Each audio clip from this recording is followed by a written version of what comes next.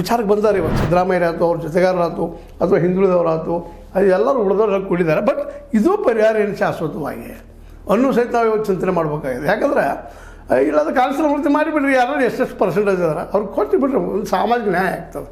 ನಾವು ನಿಗ್ರಿ ಇಲ್ಲ, ಕಿರಿಕಿರಿ ಇಲ್ಲ, ಅದು ಸಹಿತ ಸಾಧ್ಯತೆ ಅನ್ನುವಂಥದ್ದು. ಇದೆಲ್ಲಕ್ಕಿಂತ ಇನ್ನೊಂದದ ಭಾಳ ಮಹತ್ವದ ಏನಂದರೆ ಇಲ್ಲಿ ರೈತರಿಗೆ ಮಾರ್ಕೆಟ್ ಕೊಡಿಸೋದು. ಯಾಕೆ ಇವೆಲ್ಲ ಮೀಸಲು ಯಾಕೆ ಬಯಸ್ತಾ ಇದ್ದಾರೆ ಮೂಲ ತಿಳ್ಕೊಂಡು ನಾವು ಇವೆಲ್ಲ ತಿಳ್ಕೊಳ್ಳೋಂಥ ವಿಷಯ. ಅವ್ರು ಆರ್ಥಿಕವಾಗಿ ಅಭದ್ರಿದ್ದಾರೆ, ಬದುಕಲು ಭಾಳ ಕಷ್ಟ ಅದ, ನಾಳೆ ಹೇಗಪ್ಪ ಚಿಂತೆ ಅದ, ಅದಕ್ಕಾಗಿ ಗೆದ್ದ ತಕ್ಷಣ ಚಿಂತೆ. ಮೊದಲು ರೈತರಲ್ಲಿ ಮ್ಯಾಕ್ಸಿಮಮ್ ಇದ್ದಾರೆ. ಒಬ್ಬ ರೈತನ ಏನಪ್ಪ ಆದಾಯ ದಿನದ ಆದಾಯ 27 ರೂಪಾಯಿ ಅದ ಬರೀ. ಆ ರೈತರು ಎಲ್ಲರೂ ಅದಾರೆ, ಅಲ್ಲಿ ಹಿಂದುಳಿದವ್ರು ಅದಾರೆ, ಮುಂದುವರಿದವ್ರು ಅದಾರೆ, ಅಲ್ಲಿ ಪಾಳೆಗಾರರು ಅದಾರೆ, ಮೇಲ್ಜಾತಿಯವ್ರು ಇದ್ದಾರೆ, ಕೆಳಜಾತಿಯವ್ರು ಇದ್ದಾರೆ, ಯಾರೆಲ್ಲ ಅದಾರ ಕೊಡ್ತಾರೆ ಮ್ಯಾಕ್ಸಿಮಮ್ ಅವ್ರು ಗಂಡು ಏನು ಅವ್ರಿಗೆ ಮಾರ್ಕೆಟ್ ಸಿಗ್ತದ್ರೆ ತಮ್ಮ ದುಡ್ಡು ತಾವು ಖರ್ಚು ಮಾಡಿ ಅವ್ರು ಬದುಕ್ತಾರೆ ರೀ. ಅವ್ರ ಮಾರ್ಕೆಟೇ ಇಲ್ಲ. ಕಬ್ಬಿಗೆ ಒಂದು ಬೆಳೆ ಬಿಟ್ಟರೆ, ಕಬ್ಬಿನ ಬೆಳೆ ಬಿಟ್ಟರೆ ಮತ್ತೇನಿಲ್ಲ. ಕಬ್ಬಿಂದ ಈಗ ನೀವು ಚರ್ಚೆನ ಉಳಿದಿರಿ ಅದನ್ನು ಸಾಕಷ್ಟಾಗಿ.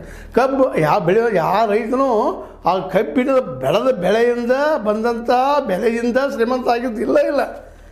ಸಾಲ ತೆಗೆದು ಭೂಮಿ ಇರ್ತದೆ, ಭೂಮಿಗೆ ಒಂದು ಕಿಮ್ಮತ್ತು ಕಟ್ತಾರೆ ನಿಮ್ಮಂಥವ್ರು.